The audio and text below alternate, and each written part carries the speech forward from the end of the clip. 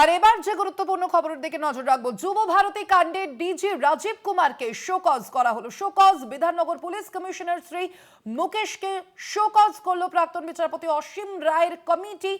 আপনারা জানেন ইতিমধ্যে একটি রিপোর্ট পেশ করা হয়েছে এই তদন্ত কমিটির তরফ থেকে। গত শনিবারের যে ঘটনা আমরা দেখেছিলাম, লিওনেল মেসির আশা নিয়েই সেখানে যুব ভারতী ক্রীড়াঙ্গনে একেবারে লন্ডভন্ড পরিস্থিতির সৃষ্টি হয়েছিল, বিশৃঙ্খল পরিস্থিতির সৃষ্টি হয়েছিল।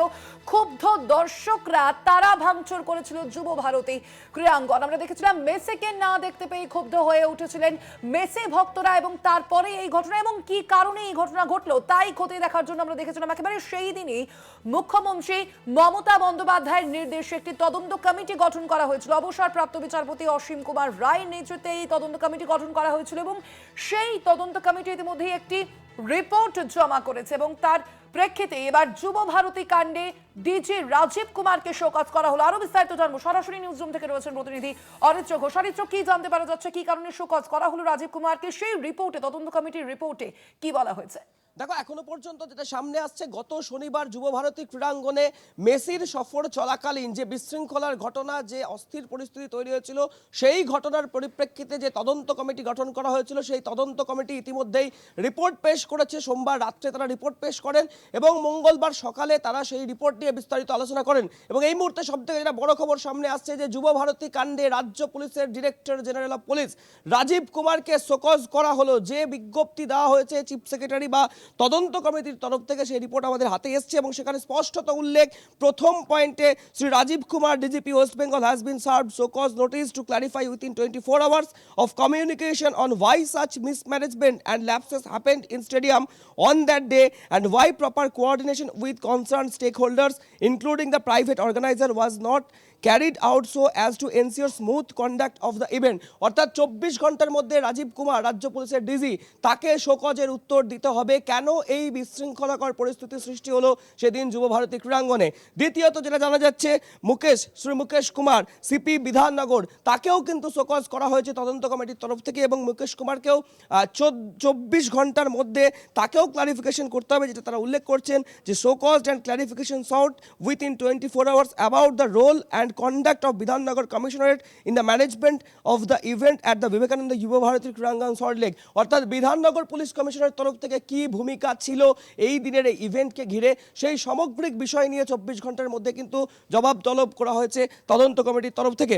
একই সাথে তৃতীয়ত যেটা বলা হচ্ছে, departmental proceedings have been initiate against Shri Anish Sarkar DCP for his reported negligence in his duties and responsibilities on the day of the event and he is hereby placed under suspension till the completion of the enquiry. অর্থাৎ যতক্ষণ এই তদন্ত committee গোটা ঘটনার তদন্ত করবে, suspend করা হলো ডিসিপি বিধাননগর অনিশ সরকারকে।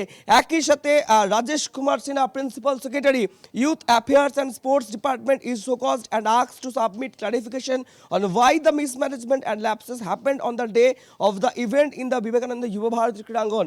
রাজেশ কুমার সিনহা, যিনি principal secretary youth affairs and sports department, তাকেও কিন্তু শোকজ করা হয়েছে।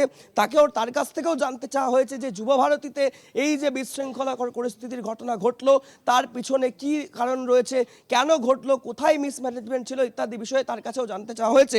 এবং একই সাথে the service of Shri Debkumar Nandan, retired CEO of Vivekananda Yuba Bharati Krirangan, is hereby withdrawn with immediate effect for his role in mismanagement and the lapses in proper conduct of the event.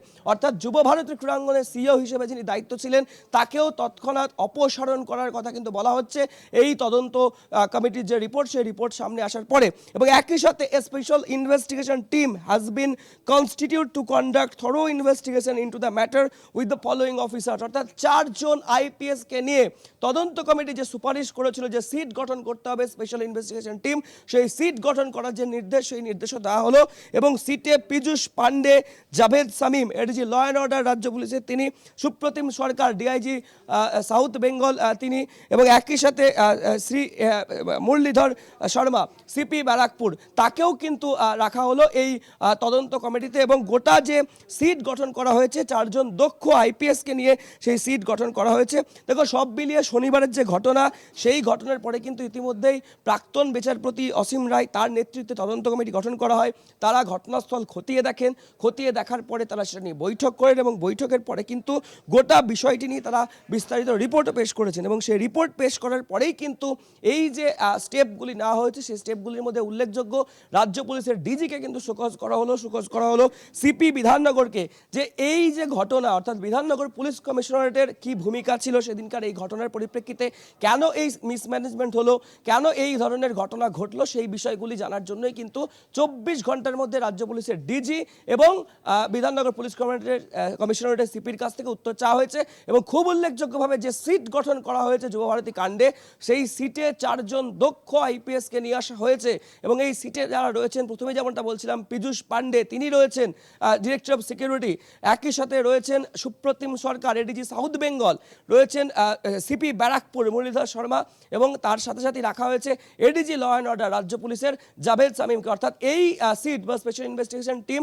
তারা এবার thoroughly investigation করবেন যে এই দিনের ঘটনায় কোথায় কোথায় মিসম্যানেজমেন্ট ছিল, কি কি ল্যাপসেস হয়েছিল, কেন হয়েছিল, সেই সমস্ত বিষয়গুলিকে কিন্তু খতিয়ে দেখবেন। এবং এই মুহূর্তে সবথেকে বড় খবর, যুবভারতী ক্রীড়াঙ্গনে যে ভ্যান্ডালিজমের ঘটনা বা যে ভাঙচুরের ঘটনা মেসির ইভেন্ট চলাকালীন, সেই ঘটনায় কিন্তু রাজ্য পুলিশের ডিজি রাজীব কুমারকেও শোকজ করলো এই তদন্ত কমিটি।